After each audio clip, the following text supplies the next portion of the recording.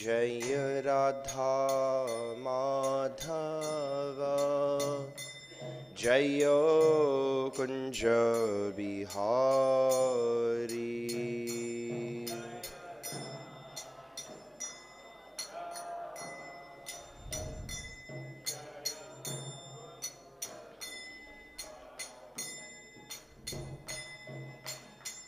गोपी जन वल्लभ जय गिरिवर धारी जय गिरिवर धारी।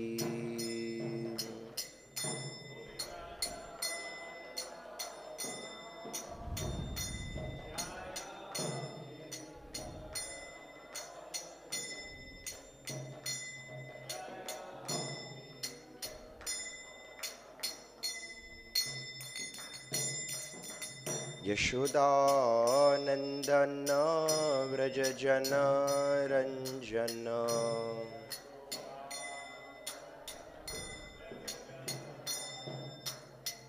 यशोदानंदन व्रज जन रंजन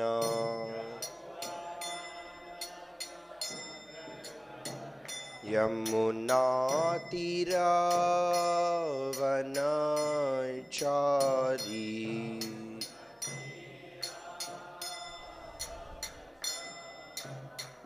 यमुना तीरावनचारी।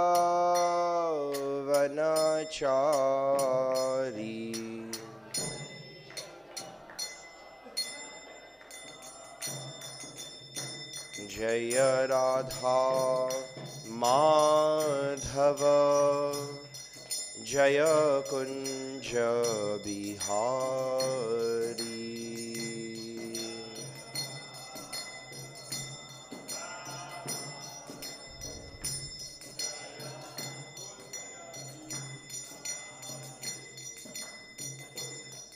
जय राधा माधव राधा माधव राधे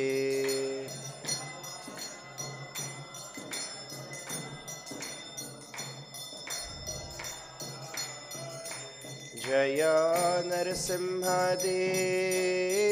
नरसिंहदेव नरसिंहदेव जय नरसिंहदेव।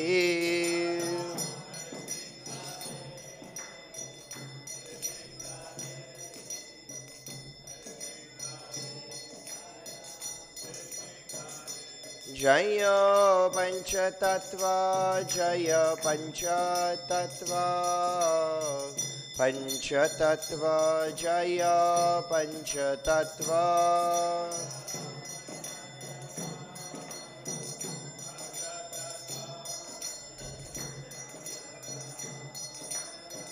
जय जय प्रभुपाद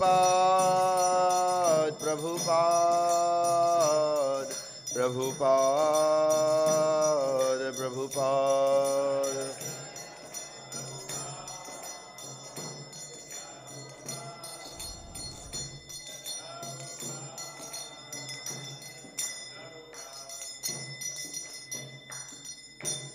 श्री राधा माधव अष्टसिख वृंद श्रीमन महाप्रभु की जय। श्री श्री पंचतत्व की जय। श्री प्रहलाद नरसिंहदेव भगवान की जय। श्रील प्रभुपाद की जय। ग्रंथराज श्रीमद् भागवतम की जय। समवेत भक्त वृंद की जय। निताय गौर प्रेमानंदे हरि हरि बोल।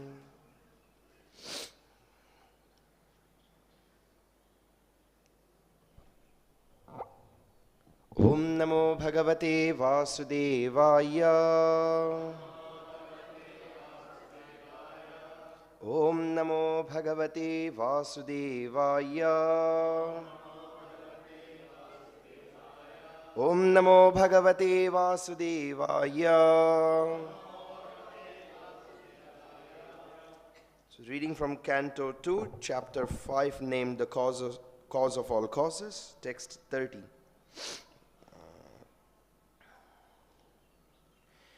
vaikārikān mano jajñe devā vaikārikā daśa dig-vātārka-praceto aśvi vahnīndropendra-mitra-kāḥ vaikārikān mano jajñe devā vaikārikā daśa dig-vātārka-praceto aśvi vahnīndropendra-mitra-kāḥ vaikārikān mano jajñe devā vaikārikā daśa dig-vātārka-praceto aśvi vahnīndropendra-mitra-kāḥ.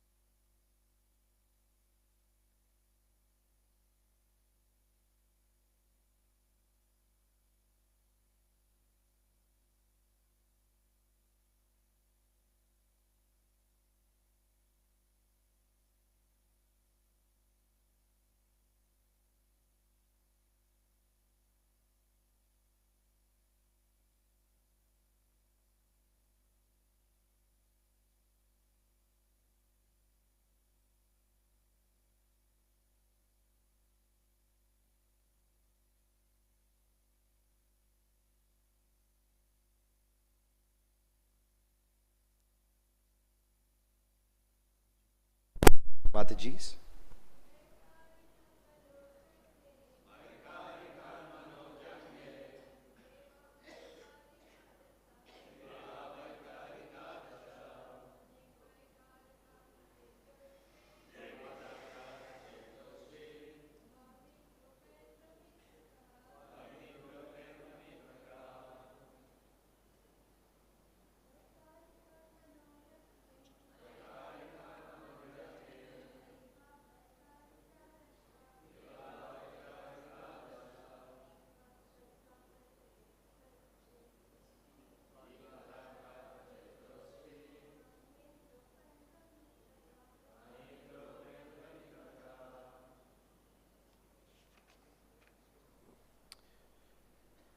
Vaikārikāt, from the mode of goodness.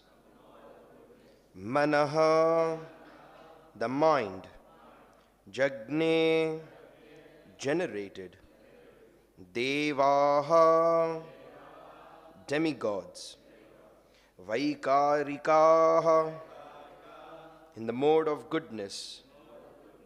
daśa, 10. Dig, the controller of directions. Vāta, the controller of air. Arka, the sun. Pracetaḥ, Varuṇa.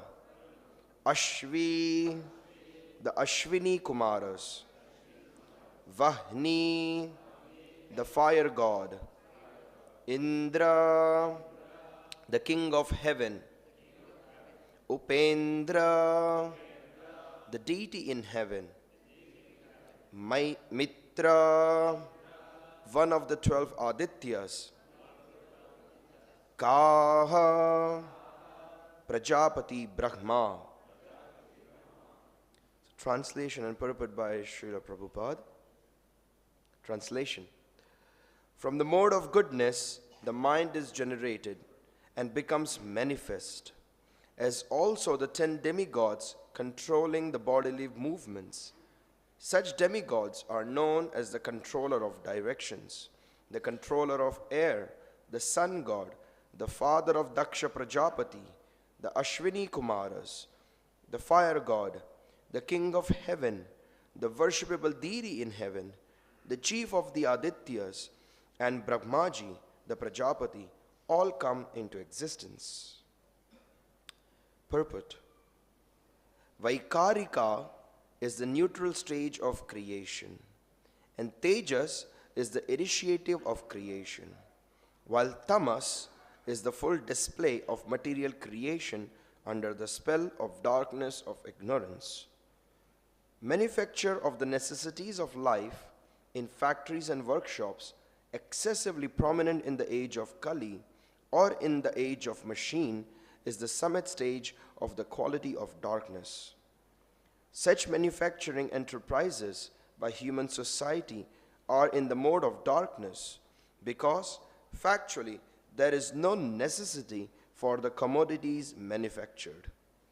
Human society primarily requires food for subsistence, shelter for sleeping, defense for protection, and commodities for satisfaction of the senses. The senses are the practical sign of life, as will be explained in the next verse. Human civilization is meant for purifying the senses, and objects of sense satisfaction should be supplied as much as absolutely required, but not for aggravating artificial sensory needs. Food, shelter, defense, and sense gratification are all needs in material existence. Otherwise, in his pure, uncontaminated state of original life, the living entity has no such needs. The needs are therefore artificial, and in the pure state of life, there are no such needs. As such, increasing the artificial needs, as is the standard of material civilization, or advancing the economic development of human society, is a sort of engagement in darkness, without knowledge. By such engagement, human energy is spoiled, because human energy is primarily meant for purifying the senses in order to engage them in satisfying the senses of the Supreme Lord. The Supreme Lord, being the supreme possessor of spiritual senses, is the master of the senses, Rishikesha. Rishika means the senses, and Isha means the master. The Lord is not the servant of the senses, or in other words, he is not directed by the dictation of the senses, but the conditioned soul or the individual living entities are servants of the senses. They are conducted by the direction or dictation of the senses, and therefore material civilization is a kind of engagement in sense gratification only. The standard of human civilization should be to cure the disease of sense gratification, and one can do this simply by becoming an agent for satisfying the spiritual senses of the Lord. The senses are never to be stopped in their engagements, but one should purify them by engaging them in the pure service of sense gratification of the master of the senses. This is the instruction of the whole Bhagavad Gita. Arjuna wanted first of all to satisfy his own senses by his decision not to fight with his kinsmen and friends. But Lord Shri Krishna taught him the Bhagavad Gita just to purify Arjuna's decision for sense gratification. Therefore, Arjuna agreed to satisfy the senses of the Lord, and thus he fought the battle of Kurukshetra as the Lord desired. The Vedas instruct us to get out of the existence of darkness and go forward on the path of light. Tamasi ma jyotirgama. The path of light is therefore to satisfy the senses of the Lord. Misguided men or less intelligent men follow the path of self-realization without any attempt to satisfy the transcendental senses of the Lord by following the path shown by Arjuna and other devotees of the Lord. On the contrary, they artificially try to stop the activities of the senses, yoga system, or they deny the transcendental senses of the Lord, jnana system. The devotees, however, are above the yogis and the jnanis, because pure devotees do not deny the senses of the Lord. They want to satisfy the senses of the Lord. Only because of the darkness of ignorance do the yogis and jnanis deny the senses of the Lord, and thus artificially try to control the activities of the diseased senses. In the diseased condition of the senses, there are too much engagement of the senses in increasing material needs. When one comes to see the disadvantage of aggravating the sense activities, one is called a jnani. And when one tries to stop the activities of the senses by the practice of yogic principles, he is called a yogi. But when one is fully aware of the transcendental senses of the Lord and tries to satisfy his senses, one is called the devotee of the Lord. The devotees of the Lord do not try to deny the senses of the Lord, nor do they artificially stop the action of the senses, but they do voluntarily engage the purified senses in the service of the master of the senses, as was done by Arjuna, thereby easily attaining the perfection of satisfying the Lord, the ultimate goal of all perfection. Om Ajnana-timirandhasya Jnananjana-shalakaya Chakshur Unmilitam Yena Tasmai Shri Gurave Namaha Shri Chaitanya Manobhishtam Sthapitam Yena Bhutale Swayam Rupa Kadamahiyam Dadati Svapadantikam Vandeham Shri Guru Shri Yuta Padakamalam Shri Gurun Vaishnavamscha Shri Rupam Sagrajatam Sahagana Raghunathanvitam Tam Sajivam Sadvaitam Savadhutam Parijana Sahitam Krishna Chaitanya Devam Shri Radha Krishna Padan Sahagana Lalita Shri Vishakhan Vitamscha He Krishna Karuna Sindho Deenabandho Jagatpate Gopesha Gopika Kanta Radha Kanta Namostute Tapta Kanchana Gaurangi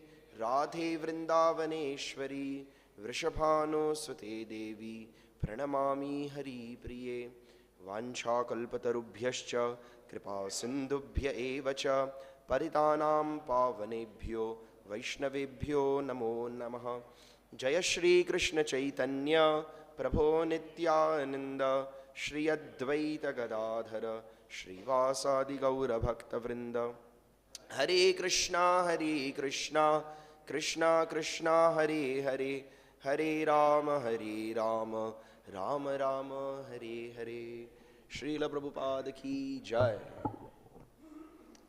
There is a very beautiful purport by Srila Prabhupada, and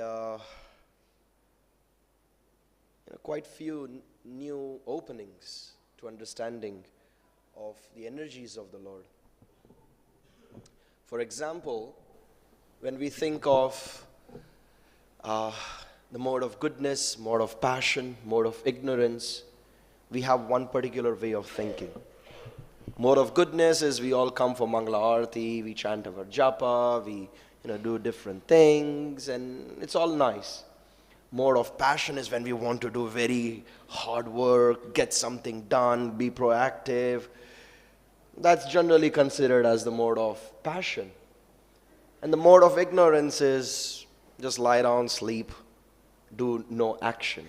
That's the general idea of the mode of ignorance. And here, we try to, Srila Prabhupada is opening more aspects. And specifically in the past 2-3 purports, he's talking more about the mode of ignorance. And the interesting thing is, he describes this whole material world is generated with the mode of ignorance. Right? Everything that we see around us is actually the mode of ignorance. All the activities that we see happening, it's all in the mode of ignorance. It's very interesting. Why is it considered in the mode of ignorance? We see everybody sitting here listening to Srimad Bhagavatam. This is mode of goodness. When we go outside, on the street, You see all these toto-walas, trying to get you, hey, come to my toto, I will give you a better rate. Oh, There's so much things happening outside over there. Yeah. Very much in the mode of passion. Right? So why is these things considered the mode of ignorance? Because many times, even though we are sitting in Srimad Bhagavatam class, we are here because we are supposed to, not because we want to. I remember when I came in here in year 2004, we were doing Bhakti Shastri. The whole day was packed for studying Bhakti Shastri in the classes, writing essays at home, doing all those things. It's quite tense, especially when I had not read any of the 4 books before. Right? So that becomes very, very intense. And it's compulsory to be here in Bhagavatam class and morning program. So I would sit there at the back and sleep. You'd come for Bhagavatam class to sleep and get the points. Right? You don't want to miss out getting the points, but you really want to take some personal time. So what do? You go over there, and there used to be this pile of mattresses, which sometimes they would use over here. So lean over there, go to sleep. Is that mode of goodness? No, I was here because I wanted to get my points. My roster ticked off, yes, Mangalarti, yes, Japa, yes, okay, good, nice marks for my attendance. But got no benefit. Why? Because I'm here not for the proper cause. Srimad Bhagavatam is talking only about pure devotional service. And when it's talking about pure devotional service, everything else that we do becomes totally useless. Oh, I need to do this, I need to do that. No, it's useless. I need to get good grades, I need to, pass my examination, get some degree, get a job, settle down in life. All useless. Need to get married, have children, be progressive. Useless. Need to become a big, Sankirtan leader, want to become a temple president. Useless. What is the useful thing? The useful thing is, I want to please Krishna. And it does not matter what my position is. I don't need to be somebody influential. I don't need to be somebody important. I don't need to be, somebody, everybody knows me. No, I don't need to do that. The only thing I need to do is to try and constantly think, how am I going to please Krishna? Everything else is tamoguna. If Krishna is happy, that's the achievement of my life. Yeah. Recently, a few months ago, one sannyasi departed. His Holiness Bhakti Nityananda Swami Maharaj. Not a very prominent person. He was a sannyasi, but not one of those levels that everybody knows him, everybody wants to be with him, big kirtaniya, big preacher. No, nothing. Simple person. Not very known to anyone. He just walked, and then towards the end of his life, he kind of lost his senses. He wouldn't remember anybody. Sometimes he's happy, talks to you, and the next moment he's like, who are you? And he just completely ignores you. He was not in the right senses. He did not know anything except chanting his japa. He knew he had to chant his japa. Anything else he may remember, may not remember. He left his body here in Sridham Mayapur. Few devotees came, we put him in Samadhi, Hari Bol. But when devotees were doing glorification, we came to know so many good things about him. When he was a brahmachari, he was a manager in Mayapur. And sometimes when he would go out preaching, there were, sometimes it happened for many hours. Like whole day they wouldn't eat anything. Why? Because there is no prasad available. Many times we do, we are very hungry, buy some fruit, some this, some that, do a bhog offering, Shri Vishnu, Shri Vishnu, Shri Vishnu, bhog offering is done, we eat. For him that was not enough.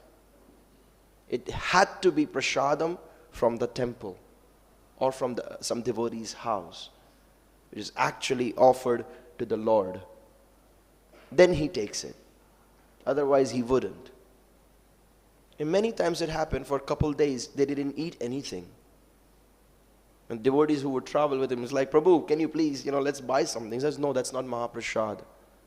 We should only eat Mahaprasad. Somebody like him has more chances of going back to Godhead than many of us. Why? Because constantly thinking how to please Krishna. The Srila Prabhupada, he gave almost 2 pages of purport. And most of the time he is talking about how one should please the senses of Krishna. Everything else becomes kind of unnecessary. He starts with all these different things that we are all coming up with.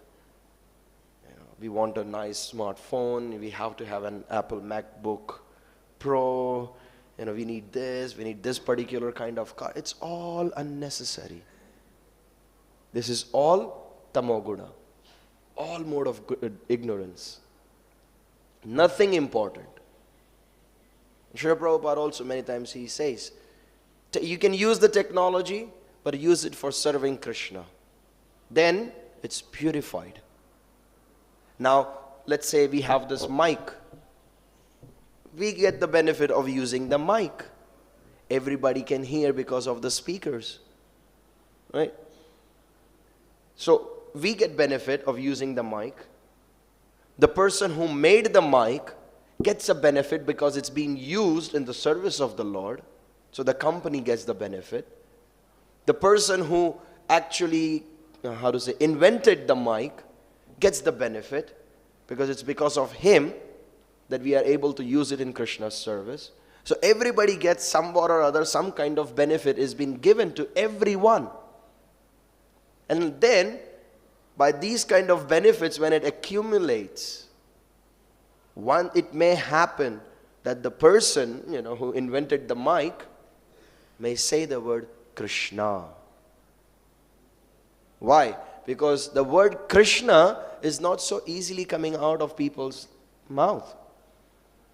Shastra describes when for thousands of lifetimes you have performed pious activity, then only the name Krishna comes on someone's lips. Otherwise it doesn't happen. Right? So, then like that we use it in Krishna's service. Srila Prabhupada was once, on the rooftop looking down at all the different cars. Right? And the disciples are thinking, he's coming from India, he's looking at these all nicey, fancy American cars. So they asked him, Prabhupada, what are you looking at? He says, I'm looking which car can be used for Jagannath's Ratha Yatra. Krishna conscious. Right? Very Krishna conscious. Like, I'm just looking which car is suitable for using for Ratha Yatra.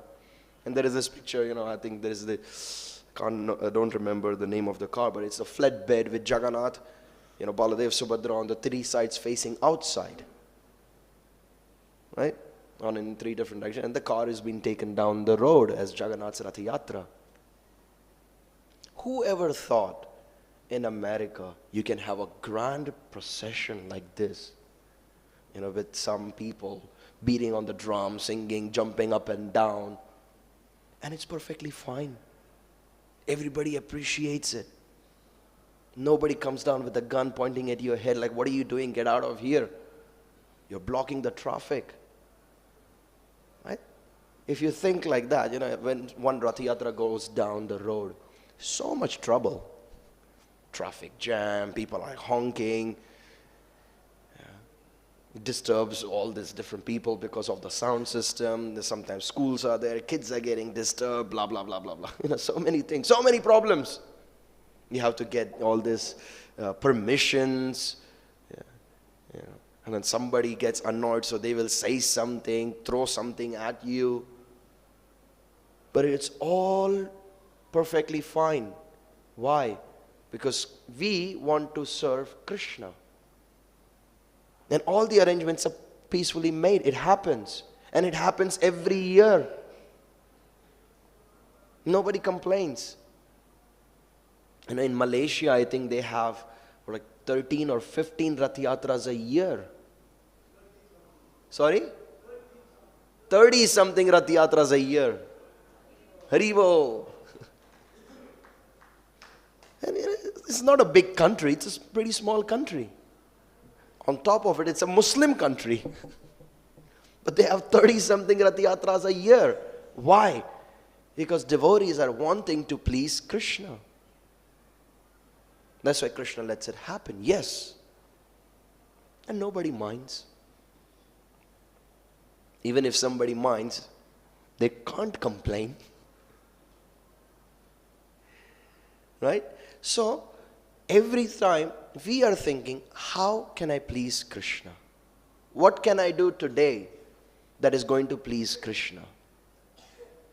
Okay, I have finished with my 15 rounds. One more round to go. 5 to 7 minutes, and I can be relaxed, peaceful that I've done my 16 rounds. Then I can put my bead bag, in one place and lock it so that I don't have to look at it till tomorrow. But that one round that is left, I can do it to the best of my capacity. Because I have to chant anyway. Why not to make it better? And then tomorrow, I try to do it even better. Then day after tomorrow, I can try to do it even better. It's getting hot. Let me just stand on the road, and see, is there any Vaishnava I can serve? I can do something that will please Krishna. Oh, there is something special cooked today in my house. Let me take it to some Vaishnavas and try to please them. Because Krishna gets more pleased when I serve some Vaishnava. So what will I do today that is going to please Krishna more? And like that, if we keep on thinking every day, our attachment for Krishna becomes stronger. And then we start thinking of how I can always please Krishna. That becomes raganuga bhakti. Then I start understanding, maybe Krishna won't like to, would like this today. I was speaking with one family day before yesterday. And they said, sometimes when they are serving the Lord, it's getting late.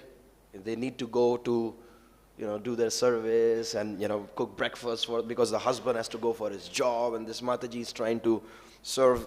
They have a small Laddu Gopal she wants to serve, and just Krishna wouldn't put on that turban.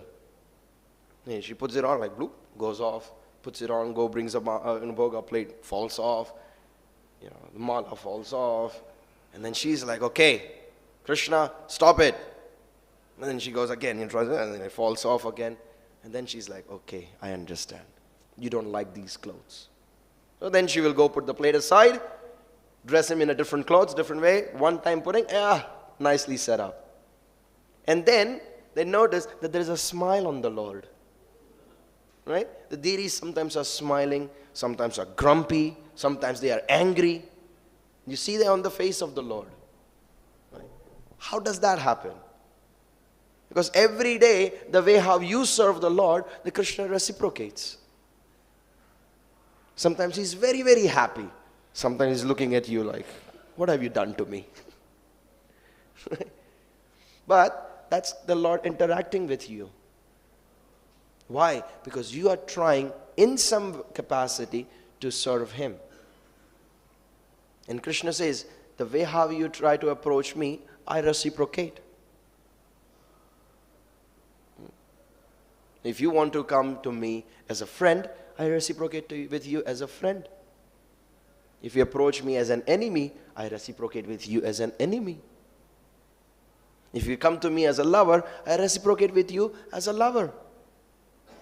And He has absolutely no problem waiting for us. He's just waiting. One day will happen that, we will think, I need to be Krishna conscious. And when that happens, He's like, hey, here, you got back to Godhead magazine or something. Or you found a guru who's going to take you towards Him. There was an interesting story in Russia. It happened, and there was one man in this store where you can, people sell all their old newspapers and books and things like that. And he found one Bhagavad Gita lying over there. Looked interesting. He has absolutely no idea about what is Krishna consciousness, what is ISKCON, who is Srila Prabhupada, nothing. He just found a Bhagavad Gita lying down over there and found it interesting, picked it up, started reading. Got inspired. And he said, well, everybody should know about this. So what he did, he went and he xeroxed the whole Gita, made a binding out of it, and he started selling it or distributing. Hey, he started preaching. And he's going to different people and giving them Bhagavad Gita and makes more, prints more of this Gita and distributes more. And one day he comes in the train and there are these brahmacharis sitting over there and he wants to sell them Bhagavad Gita. And the brahmacharis are like, which temple do you belong to? It's like, what temple?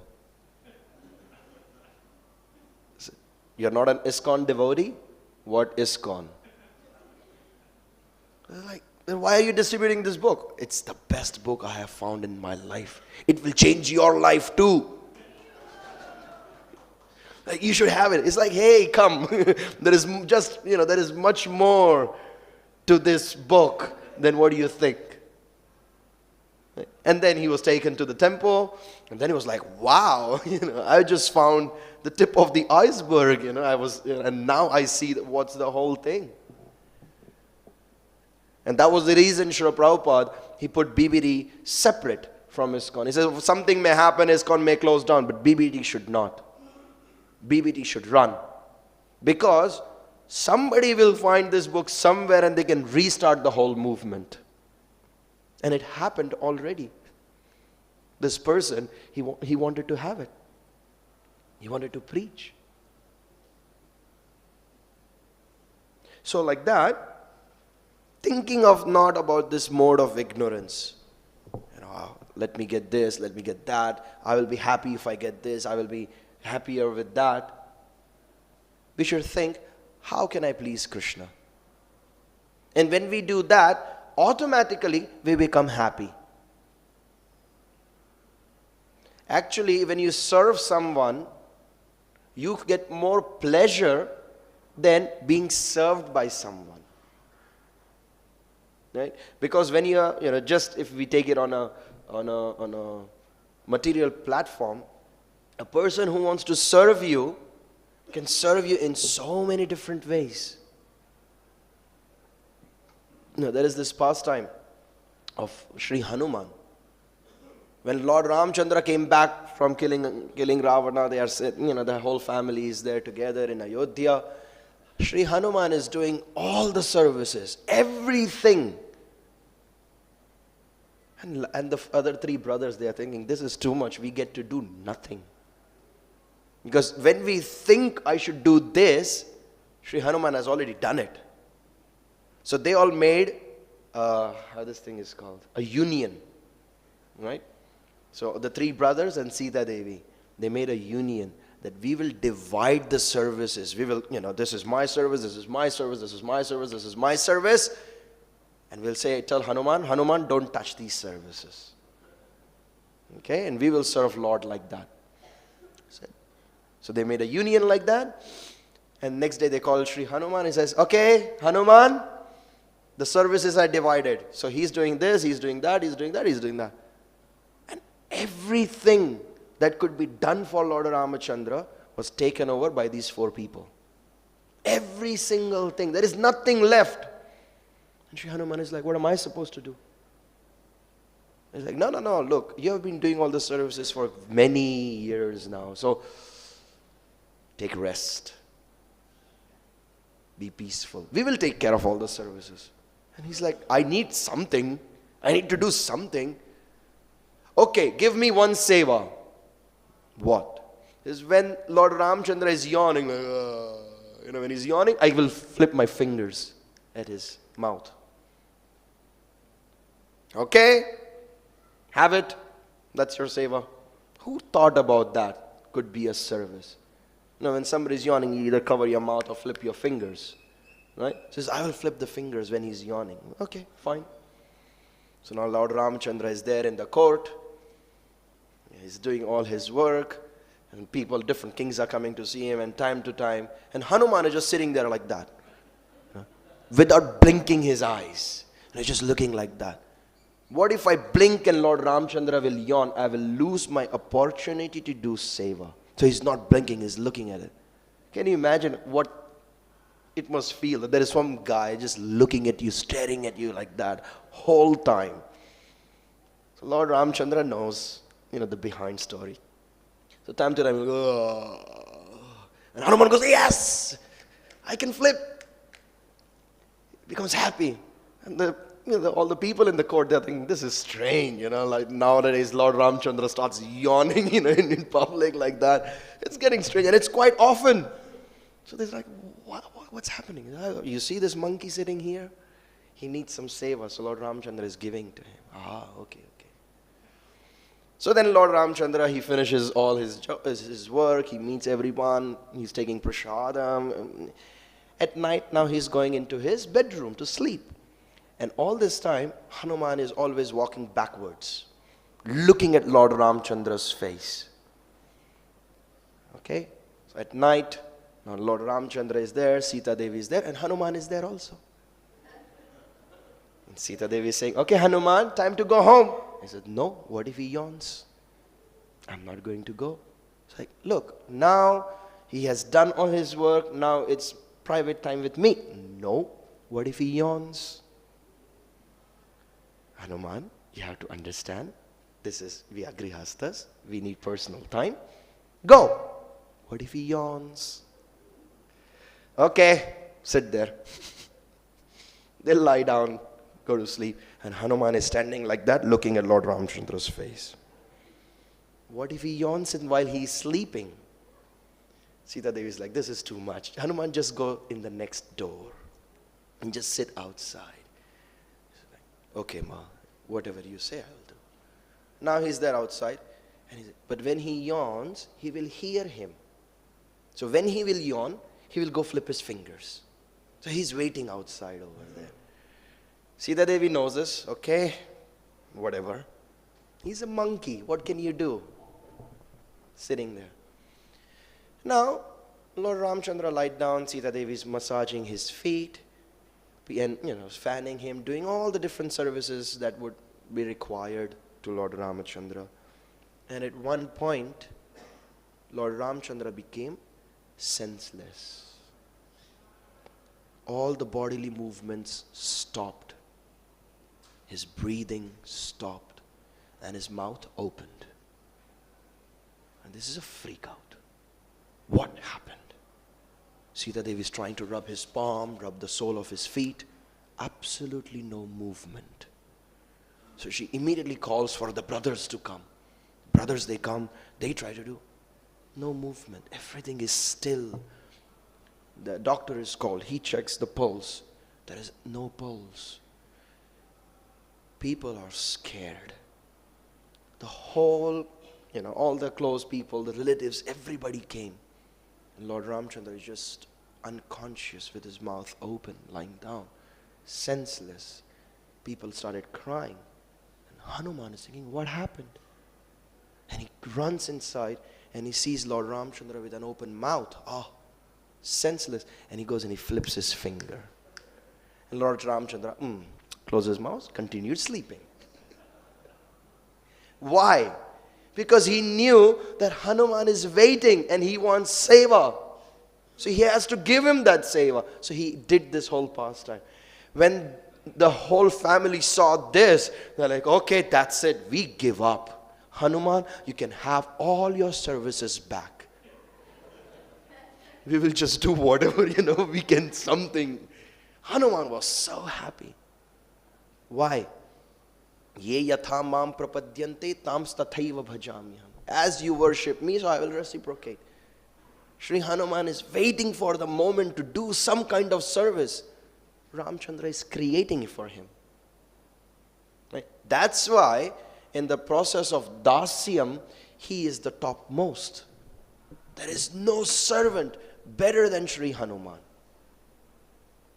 When Lord Ramachandra, he wants to close his pastimes and go back to the spiritual world. He's telling Hanuman, you're a chiranjeevi. You will live for eternity. And he's like, what am I going to do for eternity without you? I have to do service for you. Like, no, you should live here and inspire people to perform devotional service. He's like, but my Lord, without you, what will I do? He says, no, you should be. I think it's good for you to be here. He says, okay, then you have to give me one benediction. Lord Ramchandra is like, yeah, please tell me. I was not able to give you anything. If you want something from me, I'm more than happy to give it to you.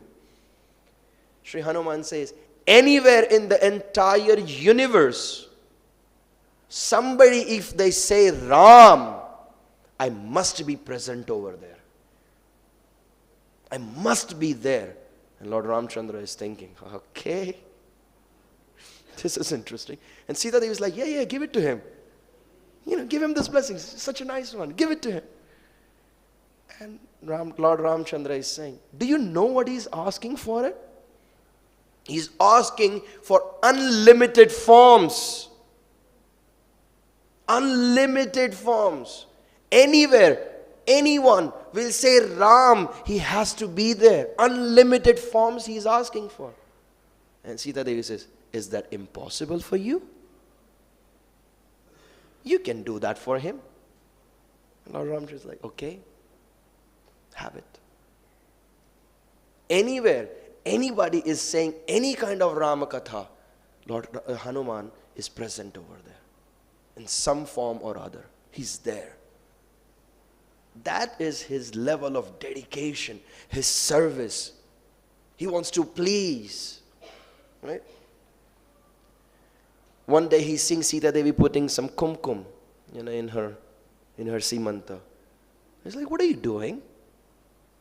He's like, I'm putting this pinch of sindur in my forehead. What for?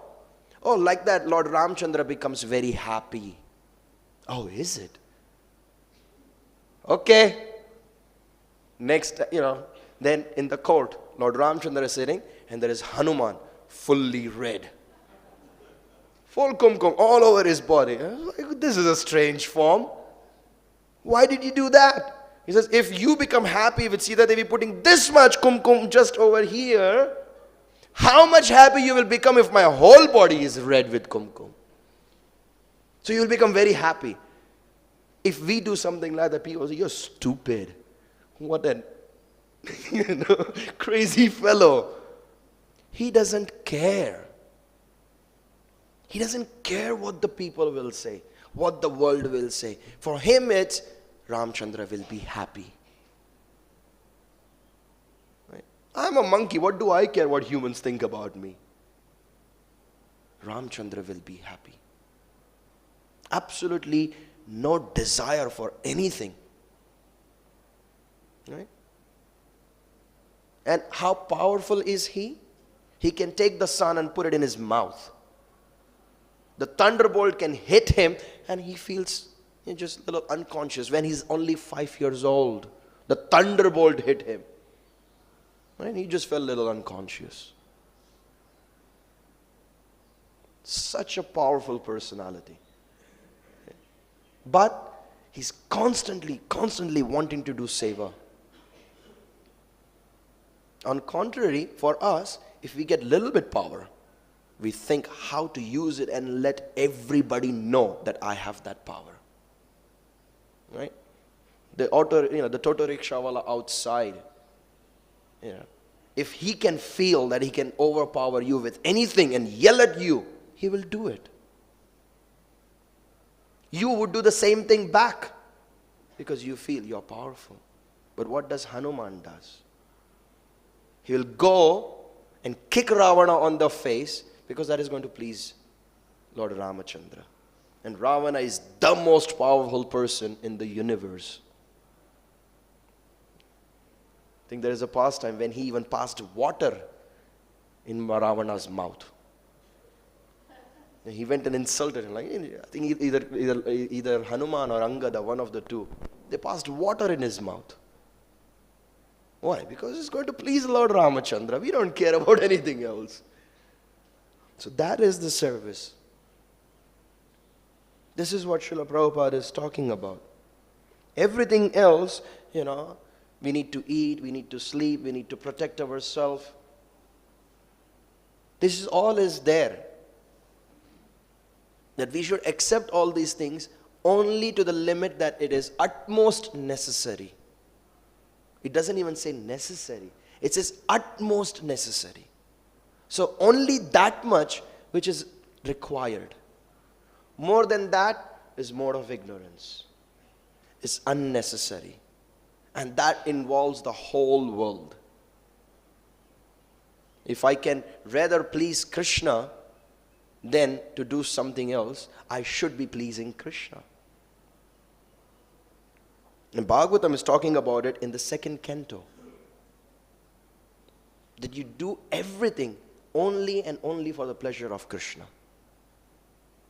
Now that's why when it goes all the way till the 10th canto, when you read it, it should be romanchakam pashrutaranga bhajo, should happen. Why? Because here in the 2nd canto, 5th chapter, you are studying about it.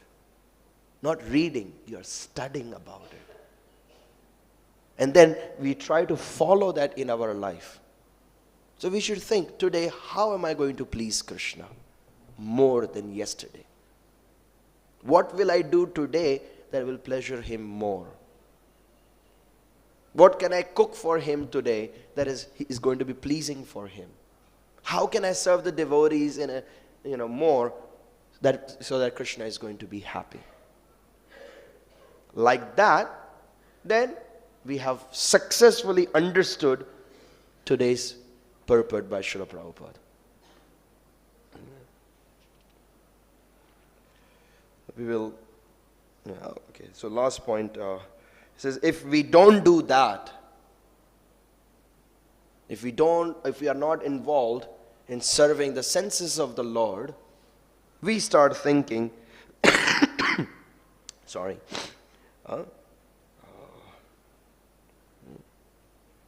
either we are wanting to have nothing to do with pleasing the senses of the Lord and just trying to work on stopping it, controlling our senses and not engaging in the service of the Lord, we just become yogis.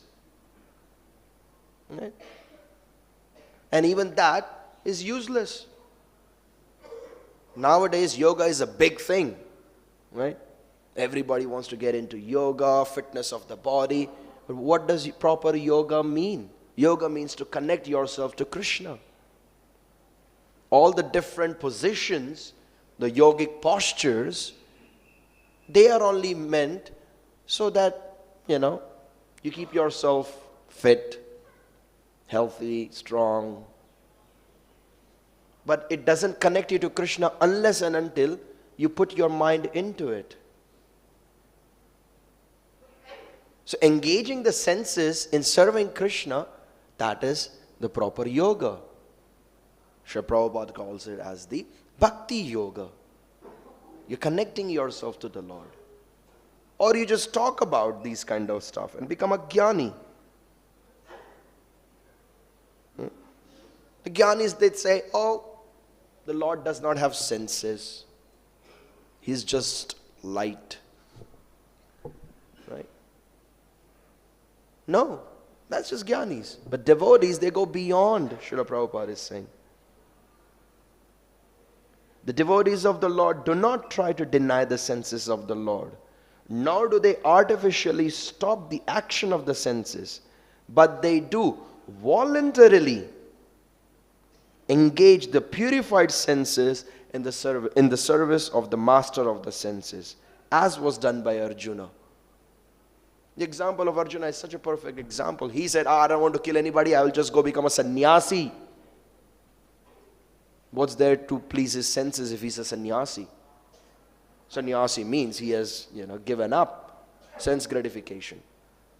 But still, Srila Prabhupada says he wanted to please his own senses by not fighting. Because in his mind he would be like, I have done the right thing by not fighting. Krishna said, no, you fight. And then when he understands the whole Bhagavad Gita, that I am supposed to be pleasing Krishna, he says, okay, no problem. You tell me what to do, I do. I put my grandfather on the bed of arrows. I destroy the reputation of my own guru.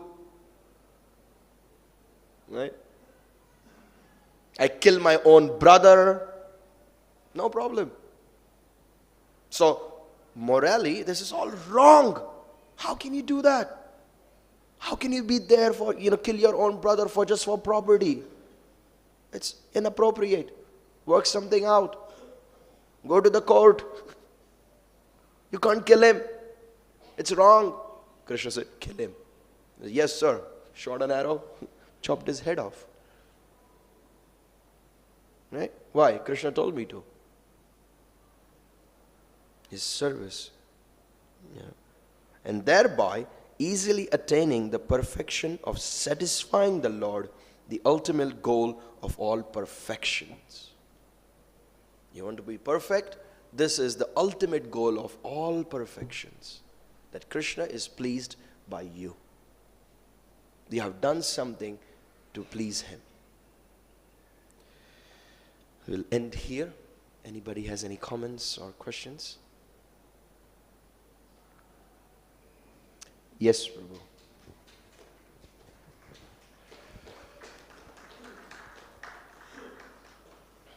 Hare Krishna, Prabhu. Thank you for the class. You were saying that devotees think when they come to Bhagavatam class that, oh, I'm supposed to be here, like that's why I'm here. And also regarding japa, I'm supposed to chant, so let me chant better. I wonder if anybody from this assembly would think like I'm supposed to be here, that's why I'm here. Maybe when you bring the boys from Gurukula on a Sunday, maybe they are thinking like this. I'm supposed to be here, so that's why I'm here. So it's, if you speak clearly who you're referring to, I think. I was referring to my own self sleeping over there. When I came to do Bhakti Shastri. Right? I was here because I wanted to take it. I'm not saying that all of you are here because you're supposed to be here and not that you're wanting to be here. No, but there are people like that. If you are already here because you want to be here and you want to serve Krishna, it's a different level. But there, like I was giving my own example. I was here because I wanted to sleep. And there was a group of us who was doing the same thing. But does it work with japa, like thinking, oh, I'm supposed to chant anyway, so let me chant better? Yeah, it does. Sometimes you're just chanting Hare Krishna, Krishna Krishna, Hare Hare, Ram Ram Ram Ram, second one Hare Krishna, Hare Hare, Ram Ram Ram. And I just want to finish my 16 rounds because I gave my promise to the Lord, to my Guru. But in the whole 2-hour process of chanting japa, many times it happens that I did not even think about Krishna. I have done my to-do list of the day. I have thought of, what am I going to talk about in the meetings, right? Or, I'm planning my vacation somewhere. All these things happens. And somehow or other, japa is the moment, when all these things happen. Why? Because the mind is constantly taking you out from there. But you have to work on bringing the mind back and actually putting into Krishna's service. I remember a few years ago, we were in Kirtan Mela. Lokanath Maharaj is singing 1.5 hours, kirtan, and jumping up and down, Hari Bol, Hari Bol. And then went home like, nice, wow. And then I thought, in this 1.5 hours of kirtan, when we are singing and dancing right in front of Panchatattva, how many times I actually thought about Krishna? How many times when I said, Hare Krishna, Krishna, when I'm thinking about Krishna? How many times did I actually wanted to please Panchatattva by my dancing? 1.5 hours kirtan. Nice kirtan happening. How much did I participate? I could have done the same thing somewhere else. Because many times it's just music that puts you into like that mood and the people around you. And that's just, the music is pumping you up, but it's not necessarily devotional service. Sometimes it's just agyata sukriti. It's not devotional service. Devotional service happens when I'm consciously, voluntarily engaging the purified senses in the service of the master of the senses. That's devotional service. So if you're doing that, that's then getting the ultimate goal of all perfections. But if not, and I know there are many people like that. So it's better to think chanting japa is very beneficial for me. Let me do it in a better way. Yeah. But if thinking like I'm supposed to chant japa, it's as if somebody is imposing to chant upon you. Like there were situations. I was like, you start chanting japa. I'm talking about myself. Start chanting japa, looking at the watch because in my mind I have something much more important to do. So chanting Hare Krishna Krishna Krishna Hare Hare Ram Ram Ram Hare Hare Hare Krishna Hare Hare Ram Ram Ram Hare Krishna Hare Hare Ram Ram Ram Hare. Check my phone, did I get any messages or no? What's that? What's the benefit of that? Now I can tick off in my whatever the roster that yes, I have done my 16 rounds. But I could be at the same time doing it as Hare Krishna Krishna Krishna Hare Hare Hare Ram Ram Ram Hare and forget all these things. So, it's just sukriti. You are getting some sukriti, but it's not devotional service because devotion is not involved. I'm just doing it because, like that. I'm a devotee. This is one of the things that devotees do. Is that okay, Prabhuji? Yes, Mataji.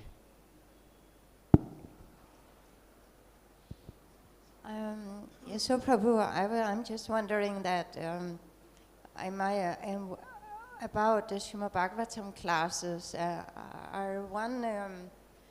Is one supposed to be equally inspired and awake, and like Krishna conscious in all lectures, no matter who is speaking? Because obviously.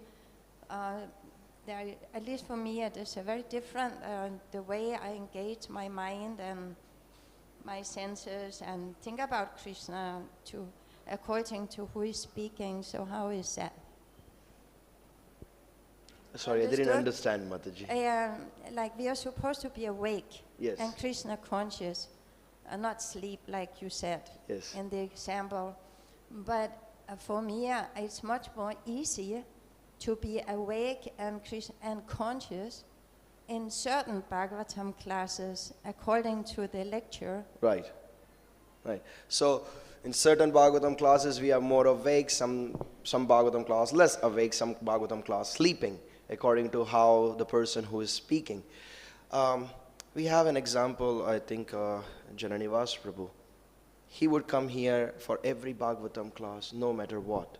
Now his physical conditions are not that great, but he would be sitting over here and listening to Bhagavatam class, right? Because his point was the devotee has prepared himself to talk about Krishna. So there is going to be something that I can learn, right? It doesn't matter who is speaking. there is going to be one point at least that I can learn from this Bhagavatam class. Right? So like that, like you have the swan. You have a mixture of milk and water, he just drinks the milk. So like that you do it, like the Hamsa. Try to be, what can I learn from this particular person? Because there is at least one thing we will learn. So that could inspire. Yes. That was 18 years ago. I used to sleep like that. And now I don't do that. Yes. Is that okay, Mataji?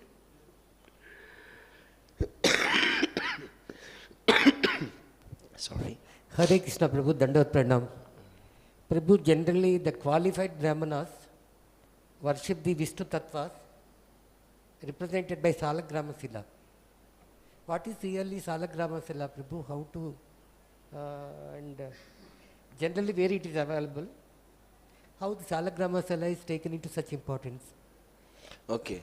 So Shaligram Shilas are found in Nepal. There is a mountain called Annapurna mountain. And there is a long story how Krishna becomes Shaligram. Very long story. But there is absolutely no difference between Krishna and the Shaligram Shila. You don't need to install Shaligram because that's already Krishna. So that's why Brahmins, they worship Shaligram because they are directly in touch with the Lord. They want to serve Krishna. And there is this Annapurna mountain, and there are these demons in the form of these bugs called Vajrakita. They want to destroy the form of the Lord, so that's why they bite the stones. And that's how they create these different designs in the Shaligram, which manifest, which explains what kind of Shaligram is this. So, their idea is, I want to destroy the existence of God. But then Krishna says, okay, you serve me like that. And he manifests as a Shaligram. Yeah. And then the river Gandaki flows from there. So they roll out and they become all this nice, smooth, round Shilas. And then that's how we get and we worship. Okay. About the Salagrama Sila, is there any particular book is available for? First we should get the blessings of our Guru Maharaj. If he allows, then we worship Shaligram. And once, yes, there are quite few books. To have a maximum knowledge in that particular item. Yeah, it's called Shaligram Kosha. Shaligram Kosha. Kosha. Yeah. Okay. Hare Krishna. Yes, Prabhuji.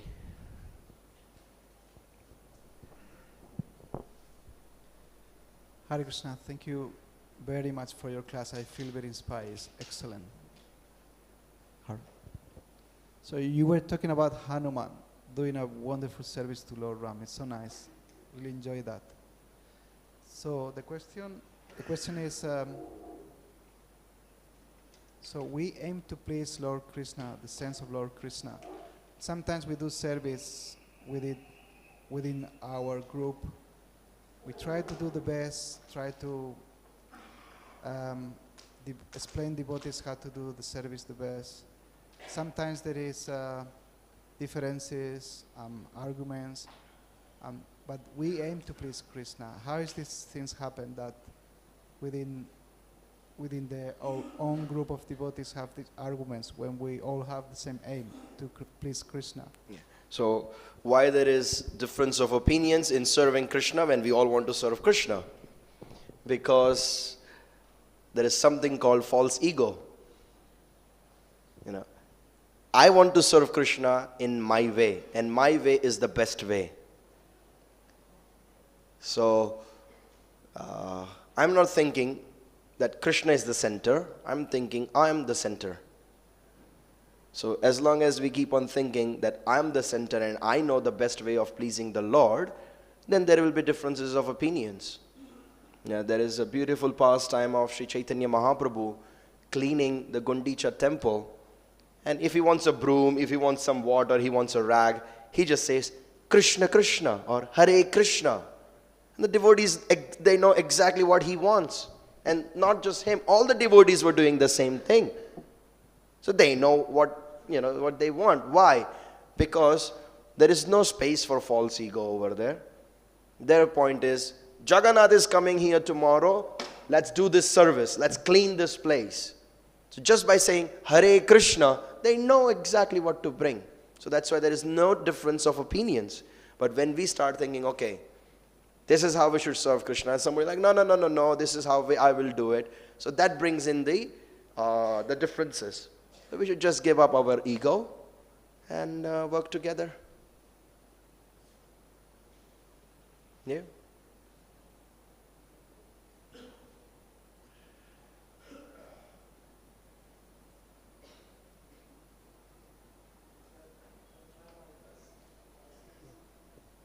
I will try my best. I say it's not easy, but nevertheless, I will try my best to do that. Thank you. Like, for example, we have projects for the deaf Vaishnava community to create these projects. Again, we work together, we have differences. But anyway, as I say, I will try and do my best and see how it works out. Thank you. Hare Krishna. Okay. Guess we will end here. Grantharaj Shri